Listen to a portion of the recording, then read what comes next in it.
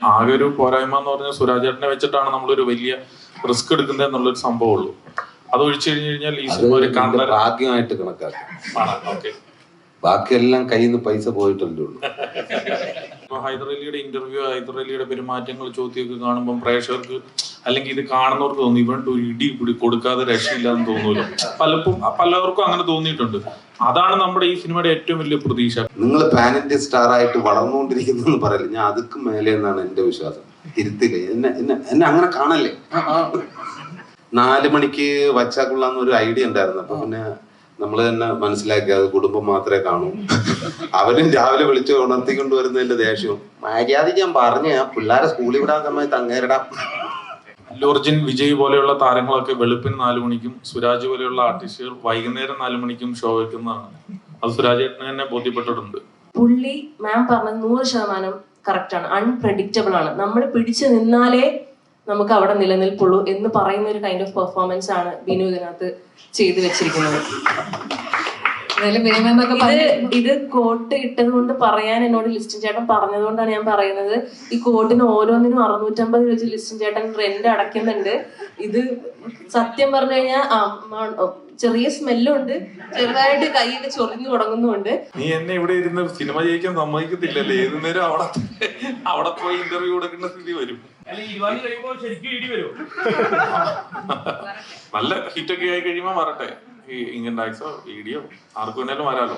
സുരാജ് വെഞ്ഞാറമൂട് എന്ന് പറയുന്ന അഭിനേതാവിന്റെ കരിയറിലെ വൺ ഓഫ് ദ ബെസ്റ്റ് സിനിമയായിരിക്കും എന്നുള്ളത് ഞാൻ എംബോസിഷൻ എഴുതിയ സ്കൂൾ ടൈമിൽ മാത്രമേ ഉള്ളൂ. പക്ഷെ വീണ്ടും അത് റിപ്പീറ്റ് ചെയ്ത് പറയുകയാണ്.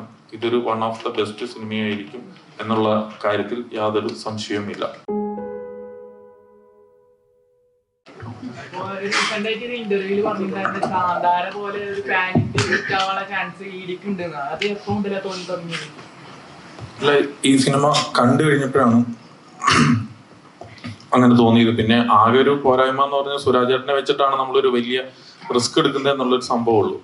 അത് ഒഴിച്ചു കഴിഞ്ഞു കഴിഞ്ഞാൽ ഈ സിനിമ ഒരു ഭാഗ്യമായിട്ട് കണക്കാക്കാം.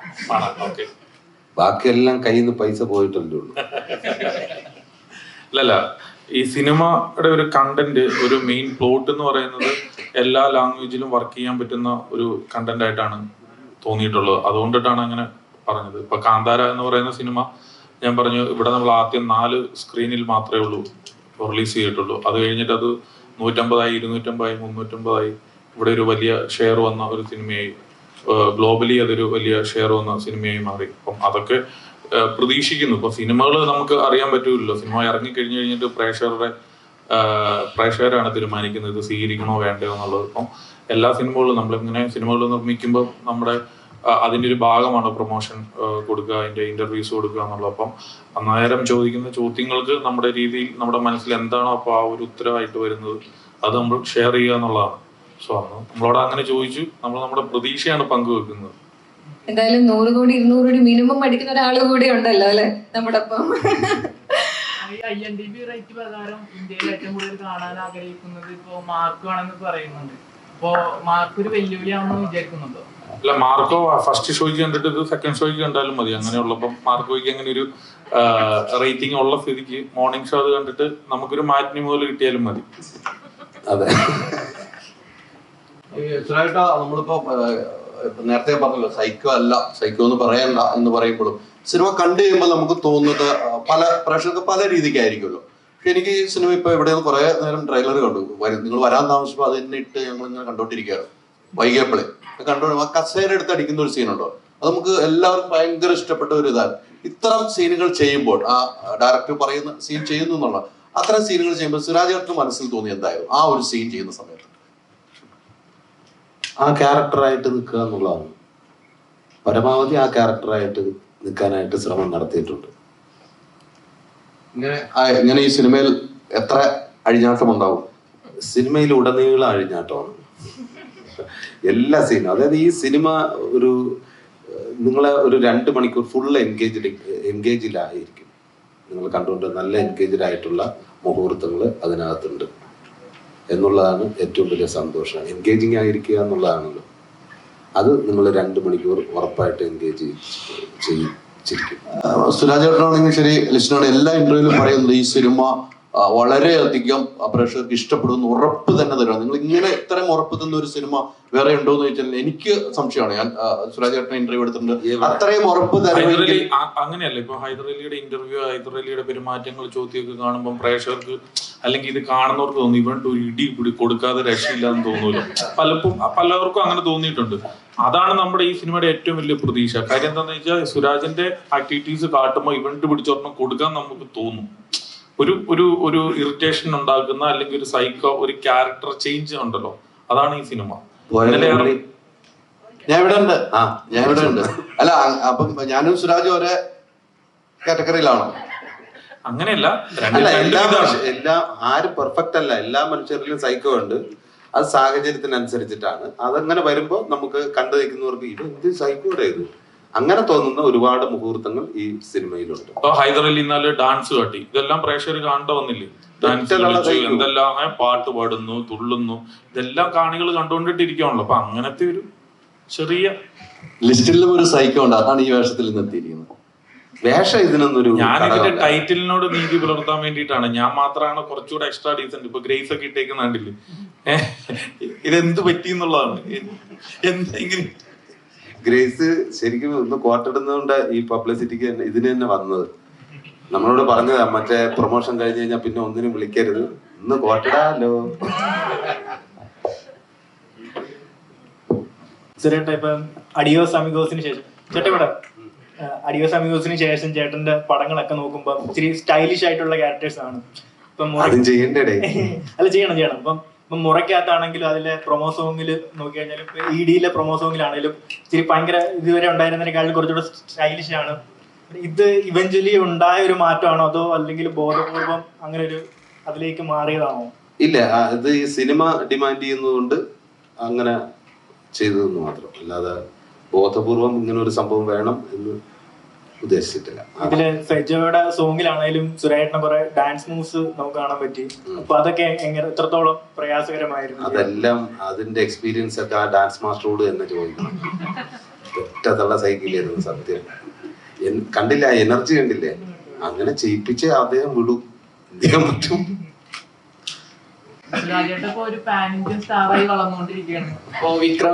ഞാൻ വലുതാണ് പ്രതീക്ഷിച്ചിരിക്കുന്നത്. നിങ്ങൾ പാൻ ഇന്ത്യൻ സ്റ്റാർ ആയിട്ട് വളർന്നുകൊണ്ടിരിക്കുന്നു പറയില്ല, ഞാൻ അതുക്കും മേലെ എന്നാണ് എന്റെ വിശ്വാസം. തിരുത്തില്ലേ, എന്നെ അങ്ങനെ കാണല്ലേ. അല്ല, വിക്രമിന്റെ കൂടെ അപ്ഡേറ്റ് എന്താണ്? അപ്ഡേറ്റ് അത് ജാനുവരിയിലാണ് വീര ധീര ശൂര റിലീസ്. നല്ല രസകരമായിട്ട് വന്നിട്ടുണ്ട്. അതിന്റെ കൂടുതൽ അപ്ഡേഷനൊക്കെ ഇനിയിപ്പോ ഉടനെ തന്നെ സോഷ്യൽ മീഡിയയിലൊക്കെ വരും. ലിക്സൺ ചേട്ടനോട് ഒരു ആഗ്രഹം പറഞ്ഞിട്ടുണ്ടെന്ന് കേട്ടു. അതായത് 4 മണിക്ക് ED ഷോ വെക്കണം എന്നൊക്കെ കേട്ടിട്ടുണ്ടായിരുന്നു. 4 മണിക്ക് വെക്കുന്നുണ്ടോ?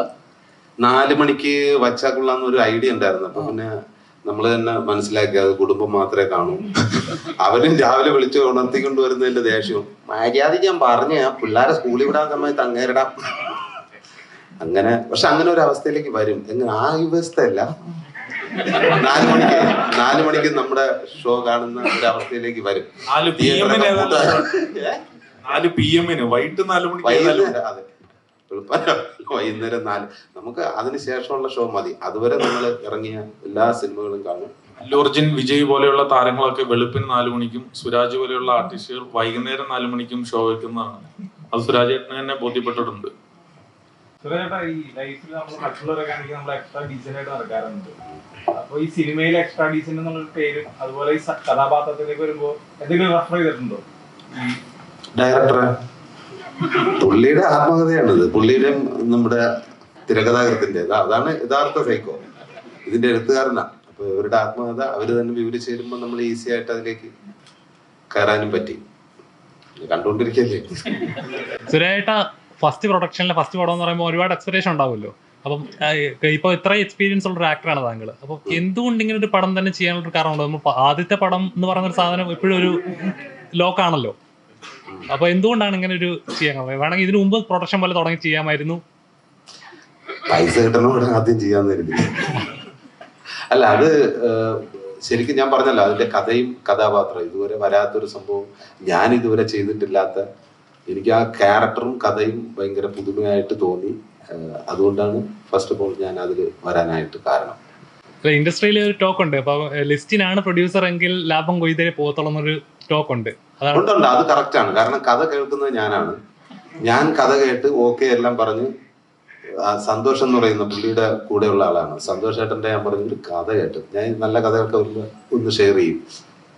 ഷെയർ ചെയ്തിട്ട് പുള്ളി ആ കഥയും കേട്ടിട്ട് ഉടനെ എന്നോട് പറഞ്ഞു ഇത് ലിസ്റ്റിൻ സാറിനെ കൊണ്ട് ചെയ്യിപ്പിക്കാം. ഞാൻ പറഞ്ഞു എടേ ഞാൻ ചെയ്യാൻ വേണ്ടി ഇരിക്കുകയാണത്.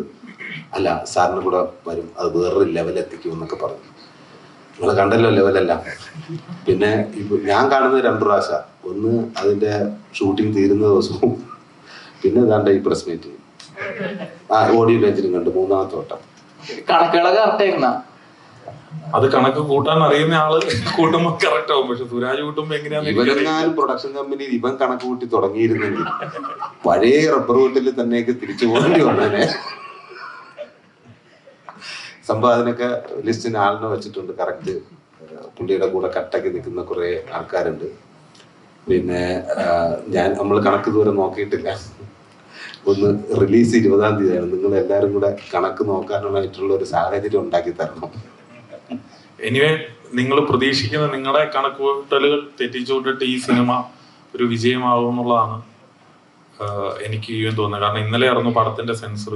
ഞാൻ സെൻസർ ഓഫീസറുമായിട്ട് പോലും സംസാരിച്ചിട്ടുണ്ടായിരുന്നു. അദ്ദേഹം ഭയങ്കര പോസിറ്റീവായിട്ട്, കാരണം നമ്മുടെ പല സിനിമകളും നമ്മൾ സംസാരിക്കാറുണ്ട്, പക്ഷെ അദ്ദേഹം വളരെയധികം പോസിറ്റീവായിട്ട് ഈ സിനിമ ഭയങ്കരമായിട്ട് എന്റർടൈനറാണ്. സിനിമ എല്ലാവരും നന്നായിട്ട് പെർഫോം ചെയ്തിട്ടുണ്ട്. ഇതിന്റെ മ്യൂസിക് ആയിട്ട് എല്ലാം നല്ല രീതിയിൽ വന്നിട്ടുണ്ട്. കൃഷ്ണ ഇതൊരു വിജയിക്കുന്ന സിനിമയായിട്ടാണ് നമുക്ക് തോന്നിയിരിക്കുന്നതെന്നാണ് ഇപ്പോൾ ഒരു പുറത്തുനിന്നുള്ള ഒരാൾ കണ്ടപ്പോൾ പറഞ്ഞത്. സിനിമയുടെ പല ആളുകളും കണ്ടിട്ടുണ്ട് കേട്ടോ, പല ആളുകളും അഭിപ്രായം പറഞ്ഞിട്ടുണ്ട്. സോ നമ്മൾ അതിലൊക്കെ വിശ്വസിക്കുന്നുണ്ട്. ലിസിൻ ചേട്ടാ, ചേട്ടനും പൃഥ്വിരാജും തമ്മിലുള്ള കോംബോ നമുക്കറിയാം, എങ്ങനെയാണെന്നുള്ള ഒരു വൈബ് ഉണ്ട്, ആ ഒരു കെമിസ്ട്രി നമുക്കറിയാം. സുരാജേട്ടനായിട്ടുള്ള കോംബോ എങ്ങനെ ഉണ്ടായിരുന്നു? ഇനി ഒരു പടം ഒരുമിച്ച് പിടിക്കാൻ നിൽക്കുമോ? അത് ഞാൻ ക്രിസ്ത്യാനിയാണ്. അപ്പൊ ഞങ്ങളുടെ ഈ പള്ളിയിൽ കുർബാന തീർന്നു കഴിയുമ്പോൾ ഇങ്ങനെ ഒരു പ്രാർത്ഥനയുണ്ട്, വിസ്തീർണത്തിന്റെ ബലിവിടുമേ സുസ്തി. അപ്പൊ അതിൻ്റെ അത് ചെന്ന് അവസാനിക്കുന്ന എന്താന്ന് വെച്ചാൽ ഇനി ഒരു ബലി അർപ്പിക്കാൻ ഞാൻ വരുമോ ഇല്ലയോ എന്ന് എനിക്ക് അറിഞ്ഞുകൂടാ എന്നാണ്. സോ 20-ാം തീയതി കഴിഞ്ഞ് അത് തീരുമാനിക്കും. ഇനി ഞങ്ങൾ തമ്മിൽ ഒരു സിനിമ ഒരുമിച്ചുണ്ടാവുമോ ഇല്ലയോ എന്ന് ഞങ്ങൾക്ക് അറിഞ്ഞുകൂടാ. രാജേട്ടനായിട്ട് ഇനി ഒരു അസോസിയേഷൻ എപ്പോഴാണ് ലിസ്റ്റിൻ ചേട്ടൻ? അപ്പൊ അടുത്ത വർഷം ഞങ്ങളുടെ 2 സിനിമകളുണ്ട്. ജനഗണമന 2 അത് അതിന്റെ തിരക്കഥ പൂർത്തിയാകുമ്പോഴും. ഇപ്പൊ മലയാളികളെ ഏറ്റവും കൂടുതൽ കാത്തിരിക്കുന്ന സുരാജേട്ടനോടാണ്. മലയാളികൾ ഏറ്റവും കാത്തിരിക്കുന്നത് എമ്പുരാനാണ്. എമ്പുരാനിൽ ഒരു റോൾ ഉണ്ട് എന്ന് പറയുന്നുണ്ട് സുരാജേട്ടന്. അതെല്ലാം മാർച്ച് 27-ാം തീയതി അറിയാം. ഞാനതില് ഒരു ക്യാരക്ടർ ചെയ്തിട്ടുണ്ട്.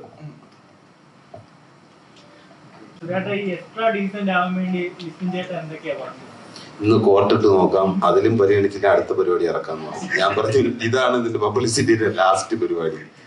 അപ്പൊ പറഞ്ഞു ഓക്കെ ഉള്ളത് മതി, എല്ലാരും പെട്ടെന്ന് തന്നെ അതൊക്കെ നല്ല ഐഡിയ ആയിട്ട് തോന്നി. നല്ല സാരിയൊക്കെ കൊടുത്ത് ഗംഭീരാക്കി വന്ന ലിസ്റ്റിൻ ചെന്ന് ഒരു പ്രൊഡ്യൂസറെ ചെന്നിട്ട് ഇല്ലേച്ച് ഇതല്ലെന്ന് പറഞ്ഞിട്ട് തട്ടി കൂട്ടി എവിടെ ഇരുന്ന കോട്ട് ഇപ്പോഴും അവരിങ്ങനെ ചൊറിയുന്നുണ്ട്. ലിസ്റ്റിൻ വെറുതെ ഇത് എടുത്തോണ്ട് തന്നിട്ട് എന്റെ പറഞ്ഞ അറബിക്കഥയുടെ കോട്ടാണെന്ന് ചോദിച്ചു. ഡയറക്ടറിന്റെ അടുത്താണ് സിനിമയിൽ വന്ന് ഇറങ്ങിയാണ്. താങ്കളുടെ പ്രതീക്ഷ വലുതാണ്. നേരത്തെ നമ്മൾ ഇന്റർവ്യൂ ചോദിച്ച പോലെ എങ്ങനെയാണ് സുരാജിലേക്ക് കഥ എത്തിയും, പിന്നീട് സുരാജിൽ നിന്നും എങ്ങനെയാണ് ലിസ്റ്റിലേക്ക് എത്തിയെന്ന് പറഞ്ഞു. അമിത പ്രതീക്ഷയോട് കൂടിയാണ് നമ്മളൊരു സിനിമ, നമ്മുടെ സിനിമയാണ്, നമുക്ക് ഒത്തിരി പ്രതീക്ഷ ഉണ്ടല്ലോ. ഈ സബ്ജക്റ്റിൽ ഇപ്പൊ നിങ്ങൾ രണ്ടുപേരും ചേർന്നാണ് എന്നോട് എനിക്ക് തോന്നുന്നത് തമാശയ്ക്ക് പറഞ്ഞാൽ നിങ്ങളൊരു ജീവിതമാണെന്ന് പറഞ്ഞു. അതിലെന്തെങ്കിലും യാഥാർത്ഥ്യമുണ്ട്?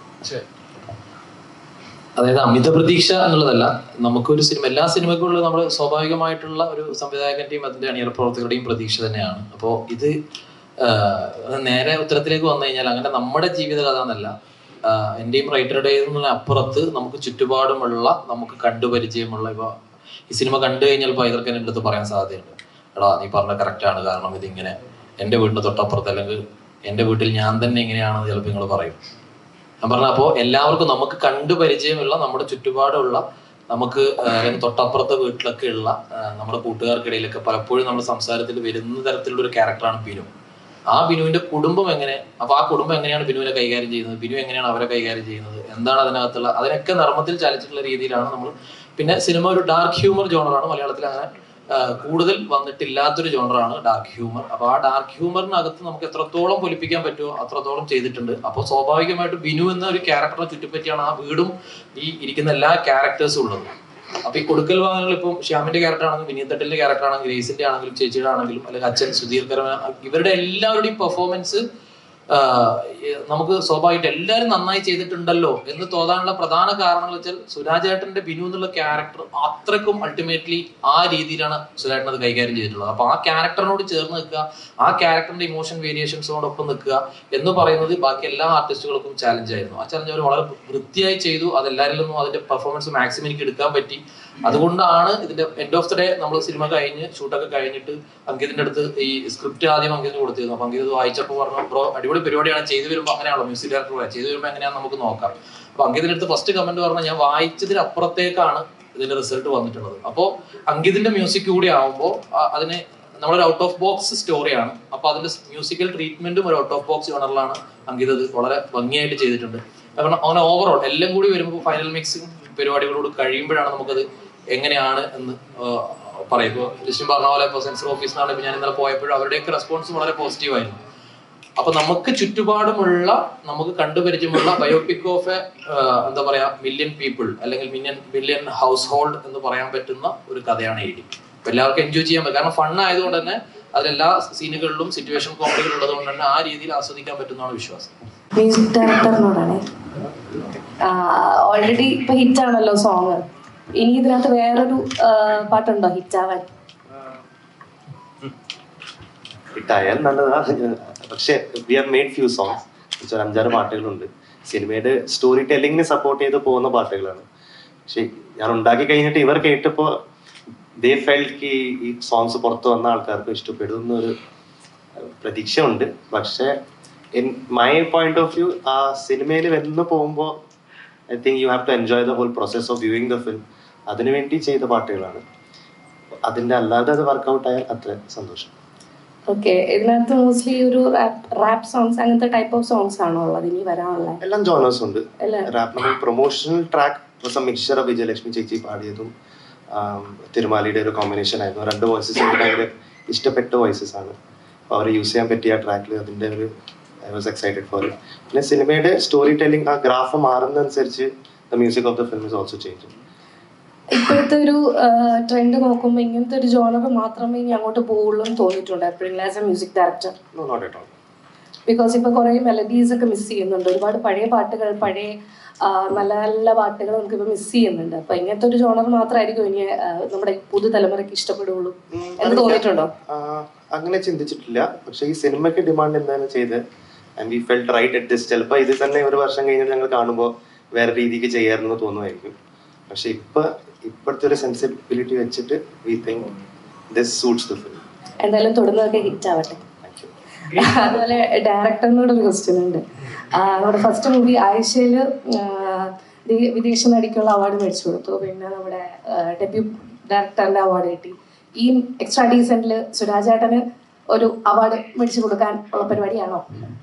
സുരാജേട്ടൻ അവാർഡ് വാങ്ങി കൊടുക്കേണ്ടതില്ല എന്നാണ് എനിക്ക് തോന്നുന്നത്. കാരണം ആയിഷയുടെ ഫിലിം ക്രിറ്റിക്സ് അവാർഡായിരുന്നു രണ്ടും, മോണായിക്കും അതുപോലെ തന്നെ ഡെബ്യൂ ഡയറക്ടർക്കും ഉള്ളത്.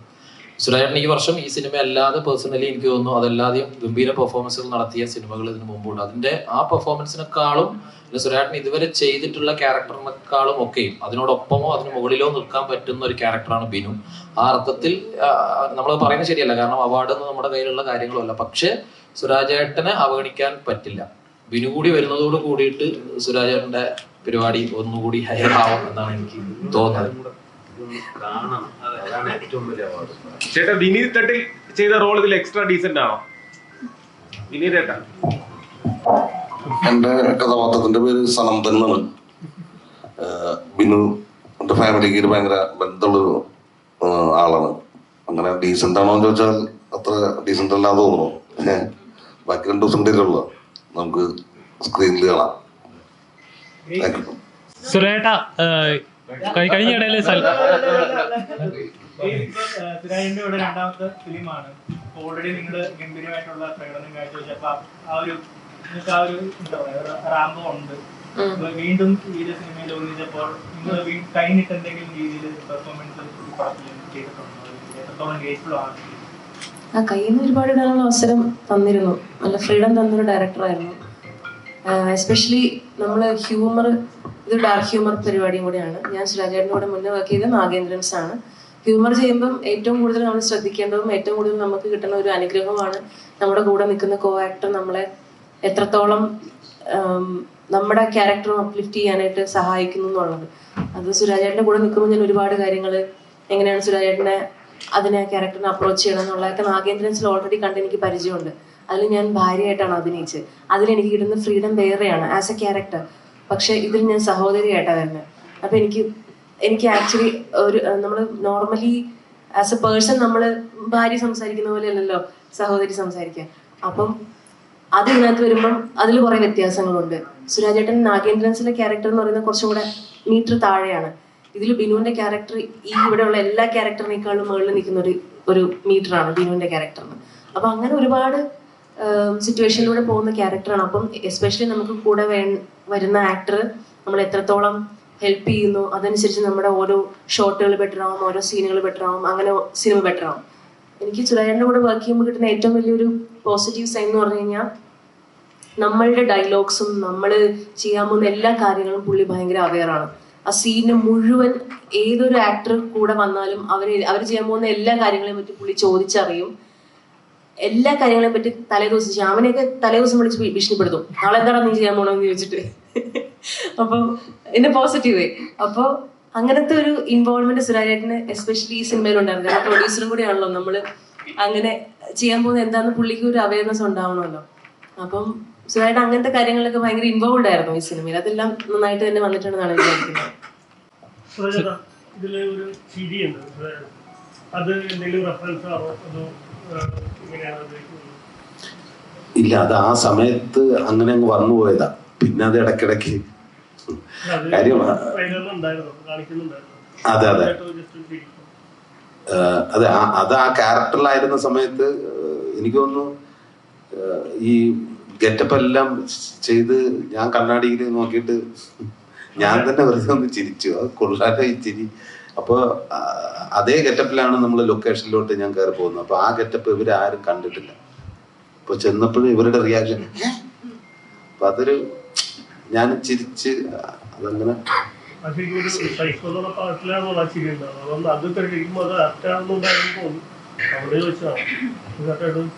അത് ഡയറക്ടർ പറഞ്ഞു അത് ഓക്കെയാണ് പക്കയെന്ന് പറഞ്ഞു.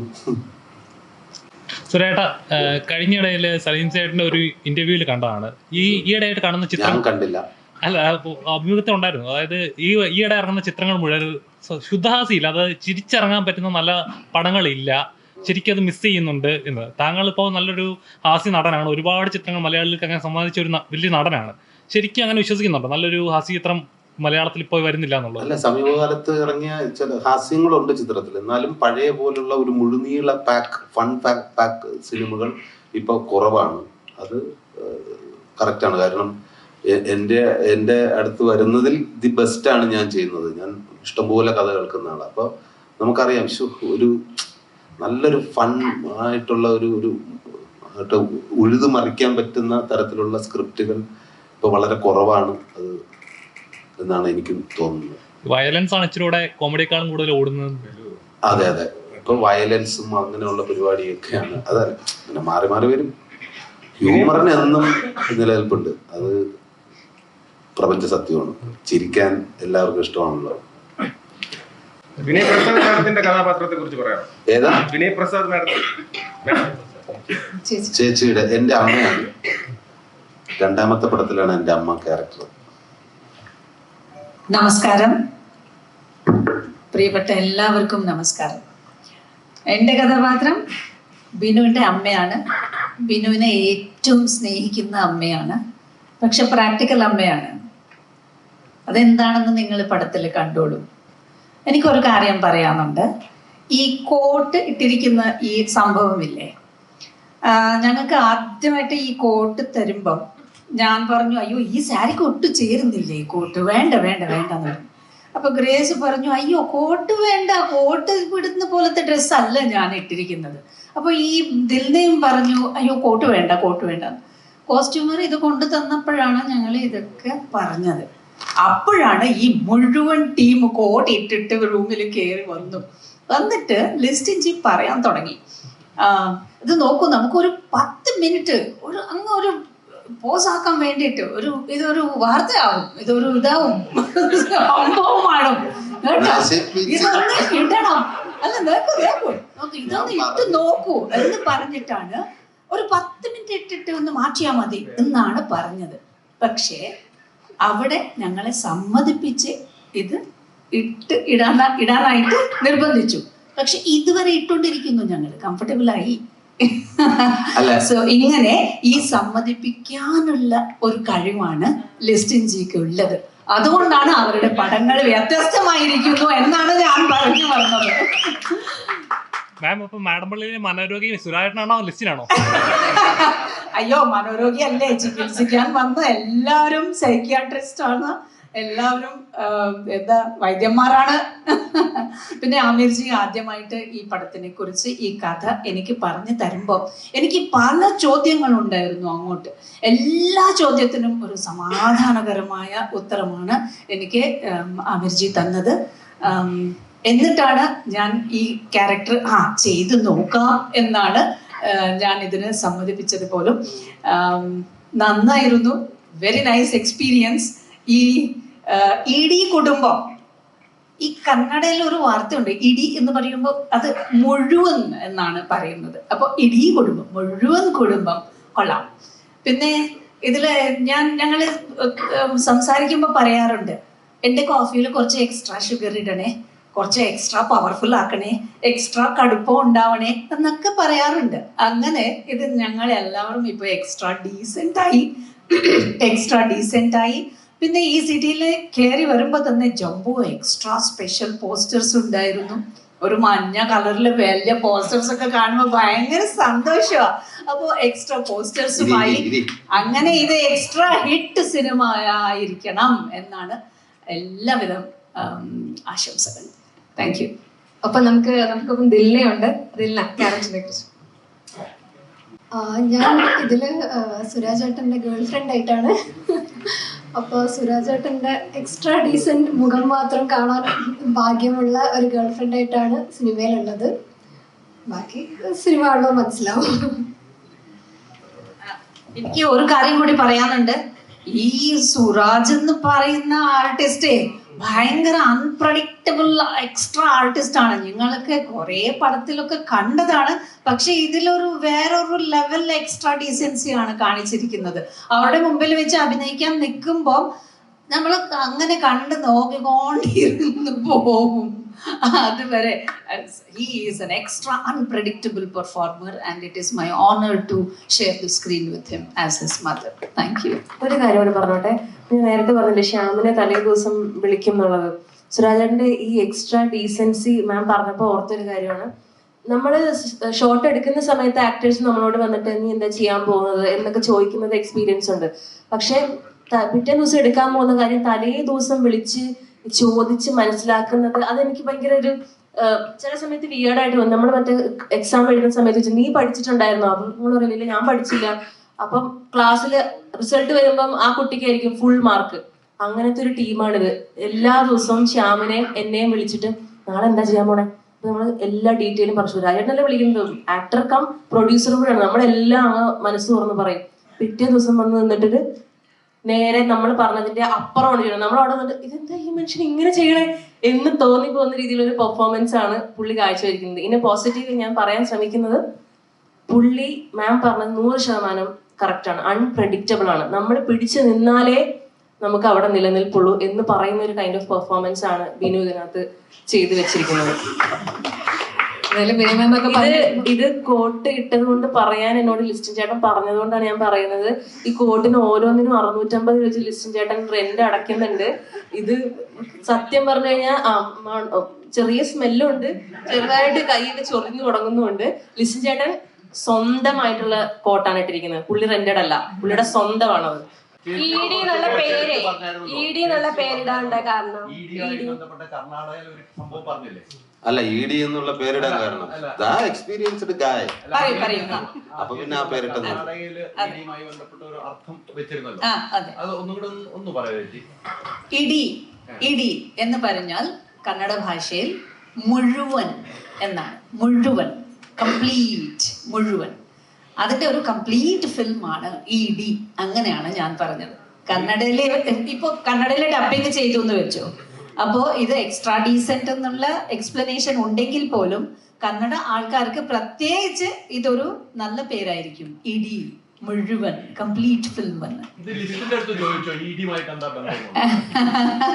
കന്നഡ ED ആയിട്ടുള്ള ബന്ധം ഞാൻ ചോദിച്ചില്ല, പക്ഷെ ഇംഗ്ലീഷ് എക്സ്ട്രാ ഡീസെന്റ് പറഞ്ഞു തന്നിട്ടുണ്ട്.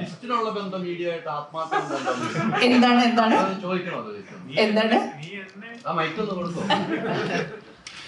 നീ എന്നെ ഇവിടെ ഇരുന്ന് സിനിമ ജയിക്കാൻ സമ്മതിക്കത്തില്ലല്ലേ? ഏത് നേരം അവിടെ പോയി ഇന്റർവ്യൂ കൊടുക്കേണ്ട സ്ഥിതി വരും. അല്ല, ജീവിതത്തിലെ ഇഡിയുമായിട്ടുള്ള ഇതിന്റെ ഒരു കണക്ഷൻ ഒത്തിരി ഇടി കയറി അങ്ങനെയല്ല, ഇത് സിനിമയുടെ ഇടിയാണല്ലോ. അതിനെ ഓർമ്മിപ്പിക്കാനാണ് ഈ കോട്ടൺ സ്യൂട്ട്. ഇത് സിനിമയുടെ ഇടിയാണ്. അതായത് ഇപ്പം നമുക്ക് ചുമ്മാ ഇപ്പൊ നമ്മൾ എപ്പോഴും ഒരു പേടിയോടെ അല്ലെങ്കിൽ നമുക്ക് ഒരു റെസ്പെക്റ്റോടെ അല്ലെങ്കിൽ അങ്ങനെ ഒരു കാണേണ്ട ഒരു കാര്യമാണ് ED എന്നുള്ളത്. നമ്മൾ കേട്ടിട്ടുള്ള ഒരു ED എന്ന് പറയുന്നത്. ഇതിപ്പം അതുകൊണ്ടിട്ടാണ് അത് ആ ED ആയിട്ട് യാതൊരു ബന്ധവുമില്ല എന്ന് നമ്മൾ ഒരിക്കൽ കൂടെ വീണ്ടും വീണ്ടും ഓർമ്മിക്കുന്ന വിധത്തിലാണ് നമ്മൾ എക്സ്ട്രാ ഡീസന്റ് എന്ന് കാണാം. കാരണം നാളെ എവിടുന്ന് ലെറ്റർ വരാൻ പാടില്ലല്ലോ. നല്ല ഹിറ്റൊക്കെ ആയി കഴിയുമ്പോ വരട്ടെ, ഈ ഇൻകം ടാക്സോ EDയോ ആർക്കും വേണേലും വരാലോ. ചേട്ടാ, സുരാജേട്ടന് ഒരു ടൈറ്റിൽ കൊടുക്കുകയാണെന്നുണ്ടെങ്കിൽ ഇപ്പൊ ഇത്രയും പേര് പറഞ്ഞതിനകത്ത് എല്ലാരും പറഞ്ഞ സുരാജേട്ടൻ എന്ന് പറഞ്ഞ അൺപ്രഡിക്റ്റബിൾ സ്റ്റാർ എന്ന് തന്നെയാണ്. അങ്ങനെ ഒരു ടൈറ്റിൽ തന്നെ കൊടുക്കാൻ പറ്റുമോ? ഇല്ല, ഞാൻ ദശമൂലം ദാമു, അതാണ് നമ്മൾ കൂടുതൽ കണ്ടിട്ടുള്ളത്. ഞാൻ പേഴ്സണലി ഭയങ്കരമായിട്ട് ചിരിച്ചിട്ടുള്ള ഒരു ക്യാരക്ടർ എന്ന് പറയുന്നത് അതാണ്. അപ്പം അങ്ങനെ ഒരു സ്ക്രിപ്റ്റ് എഴുതി വരും, അങ്ങനെ ഒരു ക്യാരക്ടറിനെ ഡെവലപ്പ് ചെയ്ത് വരുമൊക്കെ ചെയ്ത് സുരാജേട്ടൻ ഇങ്ങനെ ഒരു സംഭവം റെഡി ആയിട്ടുണ്ടെന്ന് പറയുകയാണെങ്കിൽ നമ്മൾ ഭയങ്കര സന്തോഷത്തോടെ ആ ക്യാരക്ടർ ഒരു സിനിമയാക്കി മാറ്റുമ്പോൾ അതിന്റെ ഒരു പാർട്ടാവാനായിട്ട് നോക്കും. കാരണം ഞാൻ ഒരുപാട് ചിരിച്ചിട്ടുള്ള ഒരു സിനിമയിലെ ഒരു ക്യാരക്ടറാണ്. സുരാജേട്ട പ്ലാൻ ഉണ്ടോ? സ്വന്തം പ്രൊഡക്ഷനായി സംഭവിക്കട്ടെ. ഇതിന്റെ DOP ഇപ്പം പല്ലുവേദനയായിട്ടിരിക്കുകയാണ്. പല്ലൊട്ടിയും അതുപോലെ തന്നെ കൽബും ഒക്കെ ചെയ്ത ഷാരോണിന്റെ 3ാമത്തെ സിനിമയാണ് ഷാരോൺ.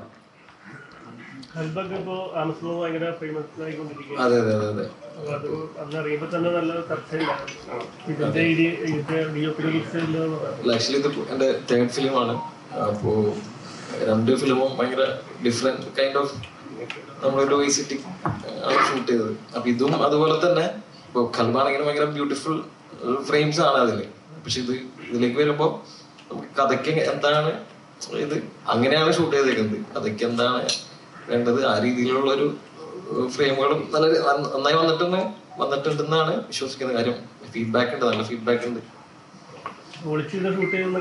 ഇല്ല, അത് ആക്ച്വലി അതങ്ങനെ പറഞ്ഞല്ല. നമ്മളിപ്പോ ഗിംബിൾ ആണ് ഓപ്പറേറ്റർ, നമുക്ക് വേറെ സ്ഥലത്തായിരിക്കും ഓപ്പറേറ്റ് ചെയ്യുന്നത്. അപ്പൊ ചിലപ്പോ ഞാൻ വല്ല റൂമിലൊക്കെ ആയിരിക്കും ഓപ്പറേറ്റ് ചെയ്യുന്നുണ്ടാവുക. അതുകൊണ്ടാണ് അങ്ങനെ പറഞ്ഞത്. അതൊന്നും സെൻസർ ചെയ്ത് കിട്ടത്തില്ല, ഒളിച്ചിരുന്ന് ഷൂട്ട് ചെയ്യുന്നതൊക്കെ. ഇപ്പോ നീമ്പോളുടെ ഏറ്റവും കൂടുതൽ OTT വെയിറ്റ് ചെയ്യുന്ന ഫിലിമാണ് രാമചന്ദ്ര ബോസിന്റെ. അപ്പൊ അത് കുറെ ആയി പെൻഡിങ്ങിൽ വരുന്നത്. ഇനി എന്നാണ് വരാൻ ചാൻസ്? ഞാനും അതെ, കുറെ നാളായി വെയിറ്റ് ചെയ്യുന്നു, പോകുന്നില്ലല്ലോ എന്നോർത്ത്. അത് നമുക്ക് വിൽക്കാനായിട്ട് ഇവൻ പറ്റിയില്ല. ബിസിനസ്സിൽ ഉണ്ടല്ലോ ഈ അപ്പ് ആൻഡ് ഡൗൺസ് ഉണ്ടല്ലോ. അപ്പൊ അതുകൊണ്ടിട്ട് അത് നമുക്ക് നേരത്തെ കൊടുക്കാവുന്ന ഒരു വലിയൊരു എമൗണ്ടിന് കൊടുക്കാവുന്ന പറഞ്ഞു. അപ്പം അത് നമ്മളിങ്ങനെ നെഗോഷിയേറ്റ് ചെയ്ത് ഇരിക്കുമ്പോൾ അത് സാധിച്ചില്ല. അതാണ്, അതുകൊണ്ടിട്ട് കൊടുക്കാനായിട്ട് ഈവൻ പറ്റിയില്ല. പിന്നെ നമ്മൾ അന്ന് ഒരു വലിയ എമൗണ്ട് പ്രതീക്ഷിച്ചു, അതിനോട് അനുബന്ധിച്ചൊരു വില നമുക്ക് പറഞ്ഞതാണ്. അപ്പൊ അത് കൊടുത്തില്ല. പിന്നെ വെയിറ്റ് ചെയ്ത് കഴിഞ്ഞപ്പോൾ സിനിമ അത്രയും റിസൾട്ട് കിട്ടാത്ത സ്ഥിതിക്ക് നമ്മളിങ്ങനെ വെയിറ്റ് ചെയ്യേണ്ടി വന്നു.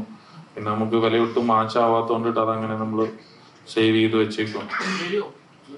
തീർച്ചയായിട്ടും ലിസ്റ്റിനെ ഇപ്പം സിനിമയായിട്ട് ബന്ധപ്പെട്ടത് ഇപ്പൊ കഴിഞ്ഞ ദിവസമൊക്കെ കുറെ ദിവസങ്ങളായിട്ട് സാന്ദ്ര തോമസിന് കുറെ ഇന്റർവ്യൂസ് വരുന്നു. സാന്ദ്ര തോമസ് അതിന് മറുപടി ഒരു ദിവസം പറഞ്ഞു. പക്ഷെ കഴിഞ്ഞ ദിവസം ജനകീയ കോടതിയിൽ സാന്ദ്ര തോമസ് പറഞ്ഞത് ലിസ്റ്റിന്റെ പേര് ഉൾപ്പെടെ കാര്യങ്ങൾ വിവാദത്തിലേക്ക് വീണ്ടും വരുന്നുണ്ട്. ഇതുവരെ നിർമ്മാതാക്കളുടെ സംഘടനയുടെ ഒരു തലപ്പത്ത് ഇരിക്കുന്ന ആളെന്ന നിലയിലാണ് ഇപ്പോൾ ഈ ചോദ്യം ഉന്നയിക്കുന്നത്. മറുപടി പറയുമെങ്കിൽ മാത്രം പറഞ്ഞാൽ മതി. അനുഭവത്തോട് ചോദിക്കുന്നു. കഴിഞ്ഞ ദിവസം സാന്ദ്ര പറഞ്ഞ പ്രധാനപ്പെട്ട ഒരു പോയിന്റ്, സാന്ദ്രയുടെ ഒരു സിനിമ അവിടെ ചർച്ചയ്ക്ക് വന്നപ്പോൾ ആന്റോ ജോസഫ് തട്ടിയെടുത്തു. അതേ പാത തന്നെയാണ് ലിസ്റ്റും ഇപ്പോൾ തുടരുന്നത്. ഇതെല്ലാം കണ്ടാണ് ലിസ്റ്റും വന്നത്. അതേ പാതയിലേക്ക് ലിസ്റ്റും മാറുന്നു തോന്നുന്നുവെന്ന് സാന്ദ്ര തോമസ് ജനകീയ കോടതിയിൽ ഒരു പരാമർശം ഉന്നയിച്ചിട്ടുണ്ട്. അതെങ്ങനെയാണ്, എന്താണ് അതിന്റെ സത്യാവസ്ഥ, എന്താണ് ഇങ്ങനെ സാന്ദ്ര പറയുന്നത്? അതായത് എന്താണ് ചോദ്യം? അതായത് ഞാൻ സിനിമ തട്ടിയെടുക്കുന്നു, ആ പാതയിലേക്ക് ലിസ്റ്റും പോകുന്നു, അത് എന്താണ് ആൾ ഉദ്ദേശിച്ചേക്കുന്നതെന്ന് നമുക്കറിയത്തില്ല. ആ പാതയിലേക്ക് പോവാന്ന് പറഞ്ഞു കഴിഞ്ഞാൽ ഞാൻ വേറെ ഏതെങ്കിലും സിനിമകൾ എടുത്തുന്നാണോ? അതാണോ? ആ രീതിക്കാണ് ജനകീയ കോടതിയിൽ പറഞ്ഞത്. എന്താണ് അത്തരം ഒരു പരാമർശം ലിസ്റ്റിനെതിരെയൊക്കെ നിങ്ങൾ പരാമർശം? ലിസ്റ്റിന് അത് സമൂഹത്തിൽ നിൽക്കുന്ന നല്ലൊരു പ്രൊഡ്യൂസറാണ്, ഞങ്ങൾക്ക് ഇഷ്ടപ്പെടുന്ന പ്രൊഡ്യൂസർ, ഇഷ്ടംപോലെ സിനിമ ചെയ്യുന്നു, അത്തരം ഒരു ആരോപണം വരികയാണ് ലിസ്റ്റിനെതിരെ. അല്ല, അങ്ങനെയല്ല. ഇപ്പം സാന്ദ്ര എന്റെ ഒരു കാര്യം ഇതുവരെ പറഞ്ഞിട്ടില്ലായിരുന്നു ആക്ച്വലി. ഇപ്പം ഇന്നലെ ഇങ്ങനെ ഒരു കാര്യം പറഞ്ഞത്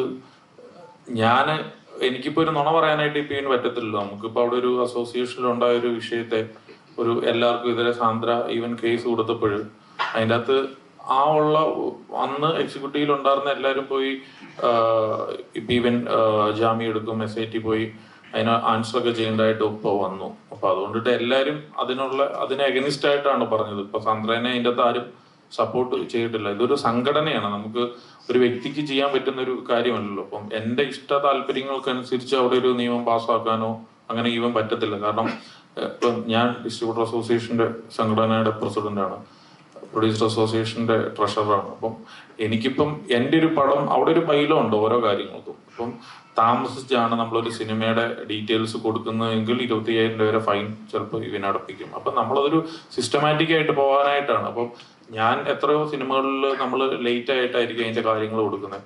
നമ്മൾ 20,000 രൂപയും 25,000 രൂപയൊക്കെ നമ്മൾ ഫൈൻ അടയ്ക്കാറുണ്ട്. എന്നാൽ ഞാൻ അവിടെ ഇരിക്കുന്ന ആളാണ്, അല്ലെങ്കിൽ ആന്റോ ജോസഫ് അവിടെ ഇരിക്കുന്ന ആളാണ്, ഞങ്ങളുടെ പൈസ കട്ട് ചെയ്തേക്കാം. ഞാനൊരു എക്സാമ്പിൾ ആട്ടോ പറഞ്ഞത്. അപ്പോൾ ഇങ്ങനത്തെയുള്ള പല പല കാര്യങ്ങളുണ്ട്. അതൊന്നും ഞങ്ങളുടെ ഇഷ്ടത്തിനനുസരിച്ച് അവിടെ ചെയ്യാനായിട്ട് ഈവൻ പറ്റത്തില്ല. കാരണം 21 അംഗങ്ങളുണ്ട് എക്സിക്യൂട്ടീവില് മൊത്തത്തിൽ. അതിൻ്റെ അകത്തൊരു പ്രസിഡന്റ് ഉണ്ട്, സെക്രട്ടറി ഉണ്ട്, ട്രഷറർ ഉണ്ട്, 2 വൈസ് പ്രസിഡന്റുമാരുണ്ട്, 2 ജോയിന്റ് സെക്രട്ടറീസ് ഉണ്ട്. അപ്പൊ അങ്ങനെ അടങ്ങുന്ന പിന്നെ എക്സിക്യൂട്ടീവ്സിൽ ഇഷ്ടംപോലെ പേരുണ്ട്. അപ്പം ഇങ്ങനെ അടങ്ങുന്ന ഒരു ടീമാണ് അത് ഈ 2 വർഷത്തെ ഒക്കെയാണ് ഈ ടീം വന്നിരിക്കുന്നത്. അപ്പൊ അതുകൊണ്ടിട്ട് ഒരിക്കലും ഈ സാന്ദ്ര ആരോപിക്കുന്ന ഇപ്പൊ ഇങ്ങനെ കണ്ടിന്യൂസ് ആയിട്ട് ഇപ്പൊ ഈ ഉണ്ണികൃഷ്ണൻ സിനിമകൾ കിട്ടുന്ന ഇങ്ങനെ പല പല കാര്യങ്ങൾ ഇപ്പൊ ഇവൻ പറയുന്നുണ്ട്. ഇതില് എത്രത്തോളം ശരിയിലാണ് ഒരാൾ പറയുന്നത്, ഒരാൾ ഇങ്ങനെയെല്ലാം പറഞ്ഞേക്കാം, ആരും ഇതിന് മറുപടി കൊടുക്കുന്നില്ലല്ലോ. ഒരു ബാധിക്കുന്ന ഒരു കാര്യമായിട്ട് തോന്നിക്കഴിഞ്ഞു കഴിഞ്ഞാൽ അതിന് തീർച്ചയായിട്ടും റിപ്ലൈ ഇപ്പൊ ഇവനുണ്ടാവും. അടുത്ത 2 ചോദ്യങ്ങൾ നമുക്ക് എക്സ്ട്രാ ഡീസന്റ് പ്രസ് മീറ്റ് അവസാനിപ്പിക്കാം. അശോക, ശരിക്കും നമ്മുടെ ED എന്ന് പറഞ്ഞ സിനിമ ഇവിടെ നമ്മുടെ ED എന്ന് പറഞ്ഞ സിനിമ ശരിക്കും ഈ സിനിമ എഴുതാനുണ്ടായ ഒരു പ്രചോദനം, അല്ലെങ്കിൽ ആരെങ്കിലും ഏതെങ്കിലും വ്യക്തിനെയോ അങ്ങനെ എന്തെങ്കിലും കണ്ടിട്ടാണോ ഈ സിനിമയിലേക്ക് താങ്കൾ എത്തിയത്? ഇതങ്ങനെ ഒന്നും എത്തുന്ന പരിപാടിയല്ലല്ലോ. പിന്നെ ഒരു സമയത്തും ഓരോ തരം സിനിമകളാണ് ഇപ്പോൾ ഓടിക്കൊണ്ടിരിക്കുന്നത്. ഇപ്പോൾ സൂക്ഷ്മദർശിനി പോലെയുള്ള സിനിമകൾ അപ്പോൾ ട്രെൻഡിനനുസരിച്ചിട്ട് ചിന്തിക്കുക, അതിനനുസരിച്ചുള്ള സിനിമകൾ തയ്യാറാക്കുന്ന ശ്രമം നടത്തുക, അതിനനുസരിച്ചുള്ള കഥാപാത്രങ്ങളെ ചെയ്യാൻ കഴിയുന്ന നടന്മാർ, പ്രൊഡ്യൂസേഴ്സ് അവരെടുത്തെത്താനുള്ള ശ്രമം നടത്തുക. അതിൽ ഞങ്ങൾ വിജയിച്ചു എന്നുള്ളത് കൊണ്ടാണ് ഇത്രയും ആളുകൾക്ക് മുമ്പ് ഞങ്ങൾക്കിപ്പോൾ ഇരിക്കാൻ കഴിയുന്നത് എന്നാണ് വിശ്വാസം. അത്രയേ ഉള്ളൂ. അല്ലാതെ ഒരാളെ കണ്ടിട്ട് അയാളെ പോയി ബാക്കപ്പ് പേപ്പറും പെന്നെടുത്ത് പോയിട്ട് എഴുതിയെടുക്കുന്ന പരിപാടിയല്ല ഈ സ്ക്രിപ്റ്റ് റൈറ്റിംഗ് എന്ന് പറയുന്നത്. അത് നമുക്ക് സമയത്തിന് അനുയോജ്യമായിട്ട് സിനിമ ചെയ്യാൻ എന്താണോ ആവശ്യം ആ ത്രെഡിലേക്ക് നമ്മൾ എത്തുക എന്നുള്ളതാണ്. അതാണ് EDയിലും സംഭവിച്ചിട്ടുള്ളത്. നമ്മുടെ ലാസ്റ്റ് ക്വസ്റ്റ്യൻ. ഇപ്പൊ പലപ്പോഴും ഈ വലിയ IP വരുന്ന പടങ്ങളൊക്കെ വളരെ പരാജയപ്പെടുന്നുണ്ട്. ഇപ്പൊ അന്യഭാഷ ചിത്രങ്ങളാണ് കൂടുതലായിട്ടാണ് വരുന്നത്. ലിസ്റ്റിൻ ചേട്ടനാണ് കുറെ പടങ്ങൾ എക്സിക്യൂട്ട് ചെയ്യുന്നത്. ഇപ്പൊ അങ്ങനെ ചെയ്യുന്നില്ല, എന്താണ് ഇതിന് കാരണം? അല്ല, അങ്ങനെയല്ല. ഇപ്പോ പല സിനിമകളും ഓവർ റേറ്റഡ് ആയിട്ടാണ് പോകുന്നത്.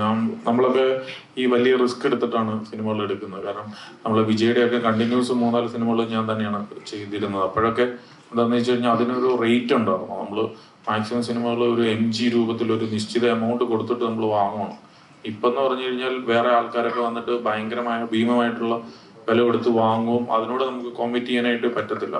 കാരണം ഒറ്റ ദിവസത്തെ റിസൾട്ടിന് വേണ്ടിയിട്ടാണല്ലോ ഈ കോമ്പീറ്റ് ചെയ്യുന്നതെന്നുള്ളൊരു കാര്യം നമുക്ക് തോന്നുന്നുണ്ട്. കാരണം ഇപ്പോൾ റീസെന്റ് അങ്ങനെ ഇറങ്ങി വന്ന പല സിനിമകളും വൻ പരാജയമാണ് ആകുന്നത്. അപ്പം അങ്ങനെ എടുക്കുന്ന 1-2 സിനിമകളുടെ ഒക്കെ ലോസ് എന്ന് പറയുന്നത് 10-15 കോടി രൂപ ലോസ് ഉണ്ട്. അപ്പം അങ്ങനെ ഒരു 2 ലോസ് വന്നു കഴിഞ്ഞാൽ പിന്നെ നമുക്ക് സിനിമ ഫീൽഡിൽ തന്നെ നിൽക്കാനായിട്ട് ഈവൻ പറ്റൂല. അതുകൊണ്ടിട്ടാണ് നമ്മൾ അതിൽ നിന്നൊന്ന് മാറി നമ്മൾ വിശ്വസിക്കുന്ന കണ്ടന്റുകളിൽ വിശ്വസിക്കുക, കണ്ടന്റ് നല്ലതായിട്ടുള്ള സിനിമകൾ നിർമ്മിക്കുക എന്നുള്ളൊരു ഇതിലേക്ക് വന്നേക്കുന്നത്. പിന്നെ നമുക്ക് ഡിസ്ട്രിബ്യൂഷൻ അങ്ങനെ കിട്ടുന്ന സിനിമകൾ മാത്രം നമ്മൾ ചെയ്യുക. പിന്നെ ഈ ഹൈപ്പ് കൊടുത്ത് വരുന്ന സിനിമകൾക്ക് നമ്മൾ അതുപോലെ എന്താ പറയുക, കണ്ടന്റ് അതിൻ്റെ അകത്ത് ഇല്ലെങ്കിൽ തിയേറ്ററിൽ ഉറങ്ങിപ്പോകും. വെളുപ്പിന് 4 മണിക്കൊക്കെ വെക്കുന്ന ഷോകളിൽ ഭയങ്കരമായിട്ടുള്ള ഉറക്കങ്ങൾ സംഭവിക്കുന്നു. അപ്പോൾ അത് വെച്ചിട്ടുള്ള റിസൾട്ടാണ് പിന്നീട് വന്നുകൊണ്ടിട്ടിരിക്കുന്നത്. സോ ഇപ്പം നമ്മളിപ്പോൾ ഈ സിനിമയെ പറ്റി നമ്മളിപ്പോൾ ഇത്രയും ഭയങ്കരമായിട്ടൊക്കെ ഇവൻ പറയും, ഞങ്ങൾക്കൊക്കെ പറ്റുന്ന രീതിയിൽ മാക്സിമം പറയുന്നു. ഈ സിനിമ ഇഷ്ടപ്പെട്ടില്ലെങ്കിൽ ഇതിൽ എന്താണ് ഓൺലൈനിൽ നടക്കാൻ പോകുന്നത് എന്നുള്ളത് നമുക്കൊരു പൂർണ്ണമായ ബോധ്യമുള്ളവരാണ്. കാരണം നമ്മൾ ഈ ഫീൽഡിൽ തന്നെയാണല്ലോ നിൽക്കുന്നത്. സോ സിനിമയ്ക്ക് എന്തെങ്കിലും ഉണ്ട്, ഇതിൻ്റെ അകത്ത് എന്തെങ്കിലും ഒരു കരുത്തുറ്റ സംഭവങ്ങൾ ഉണ്ടെന്ന് തോന്നുന്നതിനെയാണ് നമ്മൾ കുറച്ചും കൂടെ ഒരു എക്സ്പോസ് ചെയ്ത് നമ്മൾ പറയാറ്. അപ്പം അല്ലാത്തൊരു കാര്യത്തെപ്പറ്റി പറയുകയാണെങ്കിൽ തീർച്ചയായിട്ടും അത് റിവേഴ്സ് ഗിയറിൽ തിരിച്ചു വരും എന്നുള്ള പൂർണ്ണ ബോധ്യമുണ്ട്. സിനിമ ഇനി ഇറങ്ങാനായിട്ടൊരു 3 ദിവസം കൂടെ മാത്രമേ ഉള്ളൂ. ഈ സിനിമ 100% ഞങ്ങൾക്ക് ഉറപ്പുണ്ട് ഇതൊരു മികച്ച നല്ല സിനിമയായിരിക്കും. സക്സസ് എന്ന് പറയുന്ന ഒരു സംഭവം ഏത് രീതിയിൽ എത്രത്തോളം പോയി അതിനെ ടച്ച് ചെയ്യും എന്നുള്ളത് അറിയില്ല. ഇപ്പൊ 50 കോടിയാണോ 25 കോടിയാണോ 100. പക്ഷെ ഇതൊരു വൺ ഓഫ് ദ ബെസ്റ്റ് സിനിമയായിരിക്കും. ഞാൻ നിർമ്മിച്ച അല്ലെങ്കിൽ മാജിക് ഫ്രെയിംസിന്റെ ബാനറിലായിക്കോട്ടെ, വിലാസിനി സിനിമാസിന്റെ ബാനറിലായിക്കോട്ടെ, ഞങ്ങൾക്ക് ഒരു അഭിമാനിക്കാവുന്ന cinema. It's a good film എന്ന് എല്ലാവരും പറയുന്ന തരത്തിലുള്ള ഒരു സിനിമയായിരിക്കും എന്നാണ് ഞാൻ വീണ്ടും ആവർത്തിച്ച് പറയുകയാണ്. ഇത് സുരാജ് വെഞ്ഞാറമൂട് എന്ന് പറയുന്ന അഭിനേതാവിന്റെ കരിയറിലെ വൺ ഓഫ് ദ ബെസ്റ്റ് സിനിമയായിരിക്കും എന്നുള്ളത് ഞാൻ എംബോസിഷൻ എഴുതിയ സ്കൂൾ ടൈമിൽ മാത്രമേ ഉള്ളൂ. പക്ഷെ വീണ്ടും അത് റിപ്പീറ്റ് ചെയ്ത് പറയുകയാണ്, ഇതൊരു വൺ ഓഫ് ദ ബെസ്റ്റ് സിനിമയായിരിക്കും എന്നുള്ള കാര്യത്തിൽ യാതൊരു സംശയവുമില്ല. തീർച്ചയായും നമുക്ക് ഒരുപാട് പ്രതീക്ഷ നൽകുന്ന നല്ലൊരു പ്രോമിസ് കൂടിയാണ്. ഇവിടെ ലാസ്റ്റ് ക്വസ്റ്റ്യൻ അവിടെ ശ്യാമനോട് ഒരു ക്വസ്റ്റ്യൻ വെക്കാൻ എന്ന് പറയുന്നത്, തീർച്ചയായിട്ടും സ്റ്റാറുകൾ തൂക്കുന്നുണ്ട് ഇഷ്ടം കൂടി ക്രിസ്മസിന്. അതിന്റെ കൂടെ ഇഡി വന്ന് നമ്മളെ തൂക്കാതിരുന്നാൽ, പക്ഷെ നമ്മള് ഇഡിനെ തൂക്കും എന്നുള്ള ഒരു പ്രതീക്ഷ കൊണ്ടിട്ടാണ് ജനുവരി 10-ാം തീയതി റിലീസിനിരുന്ന സിനിമ റീപോണ്ട് ചെയ്ത് നമ്മൾ ഡിസംബർ 20-ാം തീയതി മറ്റ് സിനിമകൾക്കൊപ്പം മത്സരിച്ച് ഒരു റിസൾട്ട് കൊണ്ടുവരാൻ പറ്റുമോ ഇല്ലയോ എന്നുള്ള നോക്കാന്ന് പറയുന്നത് ഇതൊരു ചലഞ്ചിങ് ആയിട്ടുള്ള കാര്യമാണ്. നമുക്കൊരു ആവശ്യമില്ലാത്ത കാര്യമാണ്. ആക്ച്വലി നമുക്ക് തനിയായിട്ട് റിലീസ് ഉള്ളപ്പോൾ നമ്മളൊരു ഡിസ്ട്രിബ്യൂഷൻ ചെയ്യുന്ന ഒരു നല്ലൊരു കമ്പനിയാണ്. അപ്പൊ അതുകൊണ്ടിട്ട് നമുക്ക് അങ്ങനെ സിംഗിൾ റിലീസ് കിട്ടുന്ന ഡേറ്റ് നോക്കി റിലീസ് ചെയ്യാനായിട്ട് PVN പറ്റും. അല്ലെങ്കിൽ മറ്റു സിനിമകൾ ഒപ്പം ഉണ്ടെങ്കിൽ അവരോടൊക്കെ പറഞ്ഞ് നമുക്കൊരു മ്യൂച്വൽ അണ്ടർസ്റ്റാൻഡിങ്ങിൽ റിലീസ് ചെയ്യാൻ പറ്റും. ഞാൻ ഈ ആഴ്ച ചെയ്യാം, നിങ്ങൾ അടുത്ത ആഴ്ച ചെയ്യുന്നൊക്കെ പറഞ്ഞ് ഒരു കോമ്പറ്റീഷൻ ഒഴിവാക്കിയൊക്കെ ഞങ്ങൾക്ക് സിനിമകൾ ചെയ്യാനായിട്ട് പറ്റും. പക്ഷെ അതൊക്കെ ഒഴിവാക്കി ഡിസംബറിന് തന്നെ ഇങ്ങനത്തെ ഒരു കൊച്ചു സിനിമയെ 20-ാം തീയതി വന്ന് പ്ലേസ് ചെയ്യാം എന്ന് തീരുമാനിച്ചത് ഈ സിനിമയോടുള്ള 100% വിശ്വാസം കൊണ്ടിട്ട് തന്നെയാണ്. നോക്കാം. ശ്യാമേട്ടൻ, അപ്പൊ ശ്യാമേട്ടൻ അഭിനയിച്ച സിനിമകളെല്ലാം തന്നെ സൂപ്പർ ഹിറ്റ്. അതായത് പ്രേമലു സൂപ്പർ ഹിറ്റ്, അമരനാണെങ്കിൽ പ്രേക്ഷകരെ ഒരുപാട് ഇഷ്ടപ്പെട്ട ഒരു സിനിമ. അപ്പൊ ഇനി ബർത്ത്ഡേയും കൂടെ വരുന്നതെന്ന് പറഞ്ഞു. അന്ന് നമ്മുടെ ED റിലീസ് ചെയ്യുന്നു. എന്താണ് എക്സ്പെക്ടേഷൻ? ഒരു സൂപ്പർ ഹിറ്റ് ആയിരിക്കും അതിനേക്കാളും വലിയൊരു ഹിറ്റ്? ഞാൻ നേരത്തെ പറഞ്ഞ തമാശയാണ്. ഞാൻ അഭിനയിച്ചുകൊണ്ട് സൂപ്പർ ഹിറ്റായ പടമൊന്നുമില്ല. നല്ല സിനിമകളായതുകൊണ്ട് പടങ്ങൾ ഹിറ്റായി അതിന്റെ ഭാഗമാകാൻ എനിക്ക് സാധിച്ചു എന്നുള്ളതാണ്. ED ആണെങ്കിൽ ഈ പറഞ്ഞ ഒരു നല്ല സിനിമയാണെന്ന് തന്നെയാണ് എൻ്റെ വിശ്വാസം. ഇപ്പോഴത്തെ ഒരു ട്രെൻഡ് വെച്ചിട്ട് കുറച്ചെങ്കിലും നല്ല സിനിമയാണെങ്കിൽ ആൾക്കാർ അത് ഏറ്റെടുക്കുന്നുണ്ട്. ചിലപ്പോൾ ചെറിയ സിനിമയായിരിക്കാം, വലിയ സിനിമയായിരിക്കാം, അധികം വലിയ പ്രൊമോഷനൊന്നും ഇല്ലാണ്ട് വന്ന ചില ചെറിയ സിനിമകൾ പോലും അടുത്ത കാലത്ത് ആൾക്കാർ ഭയങ്കരമായിട്ട് പറഞ്ഞ് ഭയങ്കര ഹിറ്റായിട്ടുണ്ട്. അപ്പോൾ എനിക്ക് തോന്നുന്നു EDയുടെ ഒരു പ്രത്യേകത എന്ന് പറയുന്നത് എൻ്റെ കഥയും പെർഫോമൻസും തന്നെയാണ്. അപ്പൊ എല്ലാവർക്കും എൻ്റെ ശബ്ദം മാറി, എനിക്ക് നല്ല ജലദോഷവും പനിയും. അപ്പൊ അതുകൊണ്ട് തന്നെയാണ് എനിക്ക് ഈ സിനിമയുടെ ഒരു ഭാഗമാവാൻ സാധിച്ചു എന്നുള്ളത് തന്നെയാണ് ഏറ്റവും വലിയ സന്തോഷം. അപ്പം ഈ വർഷം തന്നെ പ്രേമലു, അമരൻ, അതിന്റെ ഒപ്പം ED പോലൊരു സിനിമയുടെ ഭാഗമാവാൻ സാധിച്ചു എന്നുള്ളൊരു സന്തോഷമുണ്ട്. ആ പടവും ഈ പറഞ്ഞ പോലെ 50 കോടി 100 കോടിയൊക്കെ പോകുന്നു ആഗ്രഹിക്കുന്നു. നമ്മളെല്ലാവരും ആഗ്രഹിക്കുമല്ലോ നമ്മുടെ പടം വലിയൊരു സക്സസ് ആവണം. അത്ര തന്നെയാണ് നമ്മുടെ ആഗ്രഹം. Thank you very much all of you. ബിനുവിന്റെയും ഫാമിലിയുടെയും അടിഞ്ഞാട്ടത്തിനായിട്ട് നമുക്ക് 3 ദിവസം കൂടി കാത്തിരിക്കാം. നേരത്തെ പറഞ്ഞതുപോലെ extra decent movie Christmas new year ഒക്കെ തൂക്കുമെന്ന ആശംസയോടുകൂടി പ്രതീക്ഷയോടുകൂടി thank you very much all of you. Thank you. നമ്മുടെ എക്സ്ട്രാ ഡീസന്റ് നല്ല ഡീസന്റ് ആയിട്ട് ഒരു കൈയടി കൊടുക്കുക അല്ലേ? താങ്ക് യു, ഒരുപാട് നന്ദി. നമ്മുടെ ED അപ്പോൾ 20-ാം തീയതി തിയേറ്ററുകളിൽ എത്തുകയാണ്. 20-ാം തീയതി തൊട്ട് സിനിമ സംസാരിക്കട്ടെ. നമുക്കൊപ്പം തന്നെ വലിയ 3-4 പടങ്ങളും കൂടെ ഇറങ്ങുന്നു. അവരും തൂക്കട്ടെ, ഒപ്പം നമുക്കും കൂടെ ഒരു സ്പേസ് തന്നട്ടെ അല്ലേ? അത്രേ ഉള്ളൂ. Thank you very much. എത്തിയ എല്ലാവർക്കും ഒരിക്കൽ കൂടി നന്ദി അറിയിക്കുകയാണ്. Thank you.